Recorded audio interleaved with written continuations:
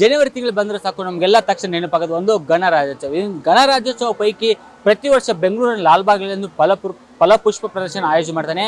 ಈಗ ಲಾಲ್ಬಾಗ್ನಲ್ಲಿ ಇದ್ದೀನಿ, ಅಂದರೆ ಲಾಲ್ಬಾಗ್ನ ಒಂದು ಗ್ಲಾಸ್ ಹೌಸ್ ಇದೆ, ಆ ಒಂದು ಗ್ಲಾಸ್ ಹೌಸ್ ಅಲ್ಲಿ ಈ ವರ್ಷದ ಥೀಮ್ ಏನಂದ್ರೆ KP ಪೂರ್ಣಚಂದ್ರ ತೇಜಸ್ವಿ, ಅಂದರೆ ಸಾಹಿತ್ಯ ಆಗಿರ್ತಕ್ಕಂಥ KP ಪೂರ್ಣಚಂದ್ರ ತೇಜಸ್ವಿ ಅವರ ಜೀವನಾಧಾರಿತ, ಅವರ ಥೀಮ್ ಆಧಾರಿತ ಈ ಸರಿ ಒಂದು ಫಲಪುಷ್ಪ ಪ್ರದರ್ಶನವನ್ನು ಈಗಾಗಲೇ ಒಂದು ತೋಟಗಾರಿಕೆ ಇಲಾಖೆ ಆಯೋಜನೆ ಮಾಡಿದೆ.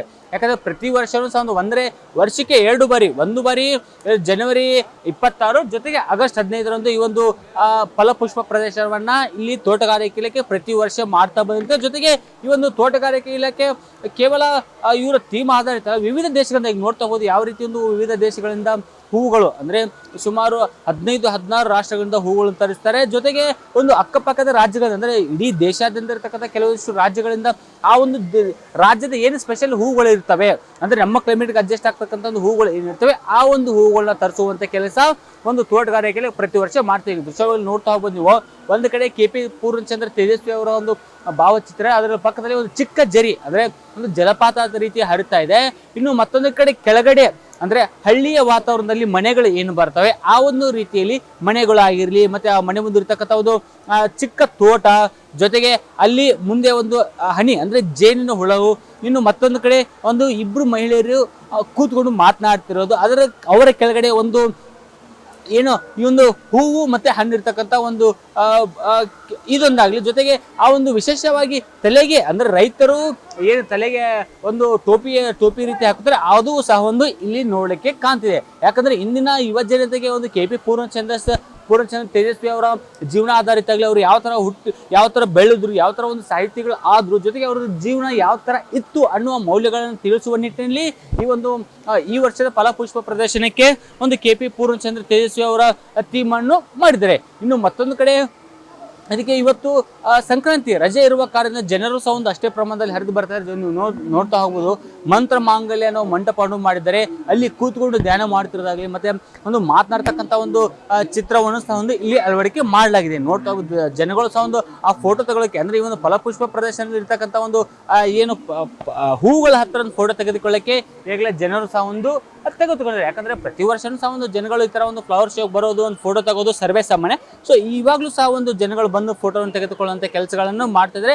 ಇನ್ನು ಕೇವಲ ಅದಷ್ಟೇ ಅಲ್ಲ, ಈ ಒಂದು ಫಲಪುಷ್ಪ ಪ್ರದರ್ಶನಕ್ಕೆ ಇಡೀ ದೇಶಾದ್ಯಂತ ಹಲವು ಜನಗಳು, ಅಂದರೆ ಸಾವಿರಾರು ಜನಗಳು ಇಲ್ಲಿ ಬಂದು ನೋಡ್ತಾರೆ. ಯಾಕಂದರೆ ಕೇವಲ ಕರ್ನಾಟಕದವರು ಅಷ್ಟೇ ಇಲ್ಲ, ಆಂಧ್ರ ಪ್ರದೇಶ ಆಗಿರಲಿ, ತಮಿಳುನಾಡು ಆಗಿರಲಿ, ಕೇರಳ ಆಗಿರಲಿ, ಈ ಒಂದು ಭಾಗದ ಜನಗಳು ಬಂದು ಈ ಒಂದು ಫಲಪುಷ್ಪ ಪ್ರದರ್ಶನವನ್ನು ನೋಡ್ತಾರೆ. ಈಗ ನೋಡ್ತಾ ಹೋಗ್ಬೋದು, ಸೂರ್ಯಕಾಂತಿ ಹೂವಾಗಿರಲಿ, ಜೊತೆಗೆ ಸೇವಂತಿಗೆ ಹೂವಾಗಿರಲಿ, ಮತ್ತು ವಿವಿಧ ಕಲರ್ನ ಒಂದು ಹೂವುಗಳಾಗಲಿ ಯಾವ ಥರ ಇಲ್ಲಿದೆ ಜನಗಳಿಗೆ. ಯಾಕಂದರೆ ಎಲ್ಲ ಹೂವುಗಳು ಒಂದೇ ಕಡೆ ನೋಡೋಕ್ಕೆ ಸಿಗಲ್ಲ, ಆದರೆ ಒಂದು ಒಂದೇ ಕಡೆ ನೋಡೋಕ್ಕೆ ಸಿಗತಕ್ಕಂಥ ಏಕೈಕ ಪ್ಲೇಸ್ ಅಂದರೆ ಅದು ಬೆಂಗಳೂರಿನಲ್ಲಿ ಒಂದು ಇತಿಹಾಸ ಹೊಂದಿರತಕ್ಕಂಥ ಒಂದು ಏನು ಲಾಲ್ಬಾಗ್ನಲ್ಲಿ ಮಾತ್ರ. ಸೊ ಹೀಗಾಗಿ ಈ ಒಂದು ಲಾಲ್ಬಾಗ್ಗೆ ಈ ವರ್ಷ ಒಂದು KP ಪೂರ್ಣಚಂದ್ರ ತೇಜಸ್ವಿ ಅವರ ಆಧಾರಿತವಾಗಿ ಒಂದು ಫಲಪುಷ್ಪ ಪ್ರದರ್ಶನವನ್ನು ಮಾಡ್ತಿದ್ದೆ. ದೃಶ್ಯಗಳು ನೋಡ್ತಾ ಹೋಗ್ಬೋದು ನೀವು. ಯಾವ ಥರ ಒಂದು ಅವರು ವೀಣೆ ಬಾರಿಸೋದಾಗಿರಲಿ, ಮತ್ತು ಆ ಪೇಂಟ್ ಮಾಡ್ತಕ್ಕಂಥದ್ದು ಇಲ್ಲಿ ನೋಡ್ತಿರ್ಬೋದು ದೃಶ್ಯಗಳಲ್ಲಿ ಯಾವ ಥರ ಅವರೇ ಖುದ್ದಾಗಿ ಪೇಂಟ್ ಮಾಡ್ತಕ್ಕಂಥ ಒಂದು ಆಕೃತಿ ಆಗಿರಲಿ.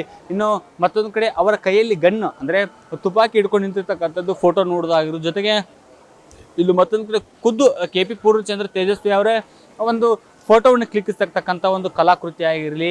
ಇನ್ನು ಮತ್ತೊಂದು ಕಡೆ ಅದರ ಹಿಂದೆ ಒಂದು ಏನು ಉಳುಮೆ ಮಾಡ್ತಕ್ಕಂಥದ್ದು ಫೋಟೋ ಆಗಿರಲಿ, ಒಂದು ಭಾವಚಿತ್ರ ಆಗಿರಲಿ, ಮತ್ತು ಒಂದು ಆಕೃತಿ ಆಗಿರಲಿ ಇದೆ. ಇನ್ನು ಮತ್ತೊಂದು ಕಡೆ ಅವರು ಕೂತ್ಕೊಂಡು, ವಿಶೇಷವಾಗಿ ಅವರು ಕೂತ್ಕೊಂಡು KP ಚಂದ್ರ ತೇಜಸ್ವಿ ಅವರು ಕೂತ್ಕೊಂಡು ಒಂದು ಬುಕ್ಕನ್ನು ಬರೆಯೋದು ಅಥವಾ ಕಾವ್ಯವನ್ನು ಬರೀತಕ್ಕಂಥ ಒಂದು ಆಕೃತಿಯನ್ನು ಇಲ್ಲಿ ಅಳವಡಿಕೆ ಮಾಡಲಾಗಿದೆ, ಅಂದರೆ ಜನಗಳಿಗೆ ನೋಡೋಕ್ಕೆ ಅಳವಡಿಕೆ ಮಾಡಲಾಗಿದೆ. ಸೊ ಏನು ಇಷ್ಟೊಂದು ಅವರು ಯಾವ ರೀತಿ ಬೆಳೆದ್ರು, ಯಾವ ಥರ ಮಾಡಿದರು, ಅಂದರೆ ಅವ್ರಿಗೆ ಯಾವ್ಯಾವ ಅಭ್ಯಾಸಗಳಿದ್ವು, ಜೊತೆಗೆ ಅವರು ಸಾಹಿತಿಗಳು ಆಗಿದ್ದು ಹೇಗೆ ಎನ್ನುವುದೆಲ್ಲನೂ ಸಹ ಈ ಒಂದು ಫಲಪುಷ್ಪ ಪ್ರದರ್ಶನದಲ್ಲಿ ತೋರಿಸಲಾಗಿದೆ. ಜೊತೆಗೆ ಈ ವರ್ಷದ ಫಲಪುಷ್ಪ ಪ್ರದರ್ಶನ ವಿಶೇಷವಾಗಿದೆ. ಯಾಕಂದರೆ 2026 ಫಲಪುಷ್ಪ ಪ್ರದರ್ಶನ, ಯಾಕಂದರೆ KP ಪೂರ್ಣಚಂದ್ರ ತೇಜಸ್ವಿ ಅವರ ಜೀವನಾಧಾರಿತ ಪುಷ್ಪ ಪ್ರದರ್ಶನ ಆಗಿದ್ದಕ್ಕೆ ಒಂದು ವಿಶೇಷ ಮಹತ್ವವನ್ನು ಪಡೆದುಕೊಂಡಿದೆ. ಕ್ಯಾಮರಾ ಪರ್ಸನ್ ಅಕ್ಷಯ್ ಜೊತೆ ವಿನೋದ್ ಕಮ್ತರ್, ಜನತಾ TV, ಬೆಂಗಳೂರು.